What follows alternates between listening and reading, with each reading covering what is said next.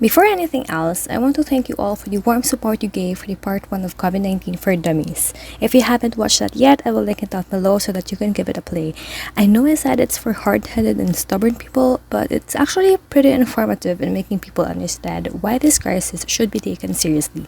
If you watch it already, again, thank you so much. Dealing with an anxious heart is something we experience globally during this very challenging time. It is important not to take this situation lightly to the point of passiveness, which is the content of part 1, but it is also vital not to fall to the opposite end of the spectrum where you panic and overthink things, which will be the content of this video. First, I will give you 3 good things about the situation that will calm your hearts. Even without a cure or vaccine yet, people do recover. The youngest to have recovered from COVID-19 is a 16-day-old baby, while the oldest is a 104-year-old Italian grandmother who also survived the Spanish flu. In fact, the number of recoverers in the Philippines have already exceeded the number of deaths recorded. I know it seems wrong to describe this situation as a perfect time for anything, considering the number of deaths this virus caused, but if there is one exception for this, it will definitely be how our planet is taking full advantage of the situation by healing itself. With the reduced human activity due to the lockdown implemented all around the world, decrease in pollution helped nature regain its state. Rivers in Venice became clear, Himalayan peaks became visible, and wildlife are reported to have returned. One aspect of this is how people have been active in helping others during the situation. Public figures have been doing their part in helping those in need by sending food or protective gears to frontliners, starting a fundraiser, reaching out to their sponsors for product donations, and even performing through online concerts. Some companies were kind enough to not just understand but also to satisfy the needs of their employees. Government officials also have their own way in helping their constituents, may it be through sending their own donations, pledging their personal salaries, or provide 10,000 chicken joys, for which cluster has the least number of COVID-19 cases that started a citywide intramurals showcasing the public's creativity while staying at home. Fun and effective. Another aspect involves looking at a larger lens.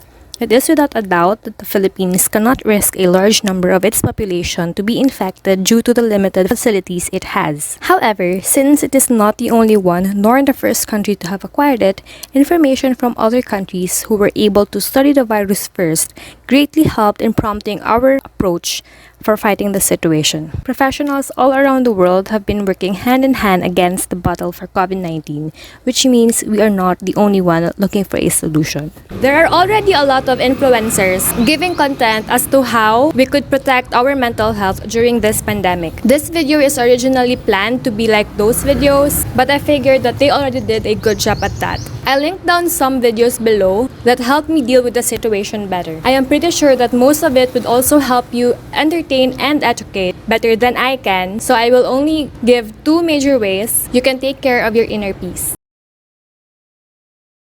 If you find yourself constantly stressing about contracting the virus because of some information you found in social media, even if you are doing all means necessary to avoid it, which gives you little to no possibility of being infected, then it is best for you to minimize your intake of news, especially the fake ones. One of the most reliable sources you can easily access is through Google. Just search COVID-19 news update. That alone will already show vital information about the virus, but clicking below the COVID-19 resources will provide you more materials such as tips for safety and prevention, articles for personal use, academic learning, and entrepreneurs, as well as data and insights for the areas affected. They even included some videos you can watch at the end. Another thing you should be careful about is toxicity. If you have a friend or relative that irritates or stresses you out, may it be because of your different viewpoints about politics, constant complaints that makes no sense, excessive upload of TikTok videos, or sharing articles without fact-checking or, God forbid, reading it, which you know because Anne Hathaway is not the Queen of Genovia and PewDiePie is not the Prince of Sweden. Then feel free to unfollow or mute those people. As much as possible, try to surround yourself with things that will make you feel better.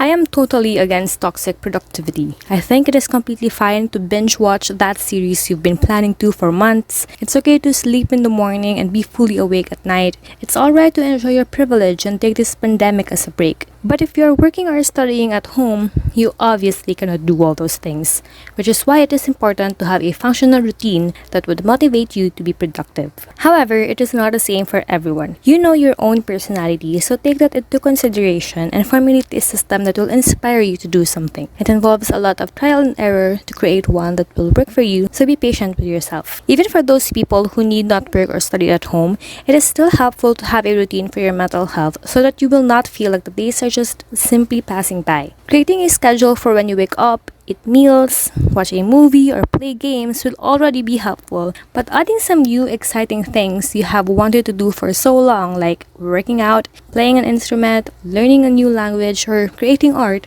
will definitely give you a sense of progress. Now for the finale. What should we do after the lockdown? One thing's for sure, there is no going back to our normal lives. Until a cure or a vaccine is made and provided to the public, we will have to accept the reality that there is a new normal that we have to adapt to. I know it seems too optimistic to plan about going back to our normal lives, but it is important to know the do's and don'ts beforehand so that we would not be overwhelmed once we get there. A number of countries already lifted the lockdown in their places, and since Philippines is a third world country, we cannot risk having a second wave, which is why we should take the eventual lift of the lockdown with utmost care. Here is how. The actions made by the authorities for this pandemic is mainly to flatten the curve. The lockdowns and restrictions implemented are done to limit the people contracting the virus, thus flattening the curve. But it does not mean that it will magically make the virus disappear. Therefore, what we are doing now to avoid the virus should be practiced, even stricter this time around. Practices such as social distancing, washing your hands often, avoiding touching surfaces, especially your face, having a separate space for everything you used while on the outside, and the likes, will most likely be a part of your everyday lives, particularly to those with contact to the outside world. Months of being stuck at home has taken a toll on people's mental health. We are social beings, which is why by the time this quarantine is lifted, we will all be excited to spend time with our friends and family outside and celebrate for the missed occasions or to simply be with each other again, but that is not the wisest decision. Keep in mind that the virus is still out there, and the more you go out, the more people you interact with, the more you are likely to become a carrier, if not a victim, to someone more vulnerable. So it is important to only go out only if needed. As much as possible, make your trips outside efficient by planning it ahead of time so that you are able to do all the things you have to in just one go instead of doing it from multiple runs. We should slowly accept the fact that things will change more than it already did. Yes, it will definitely not be easy, but if we start accepting it today, then adjusting to it will ultimately become easier. Thank you so much for watching. I hope this helped calm your mind and prepare you for the future. Let us do our best to make this situation come to an end by staying safe in our homes and by practicing safety measures. You can also share this video if you think more people should see it. And please feel free to discuss your opinions about the topic in the comment sections below. Again, thank you for watching.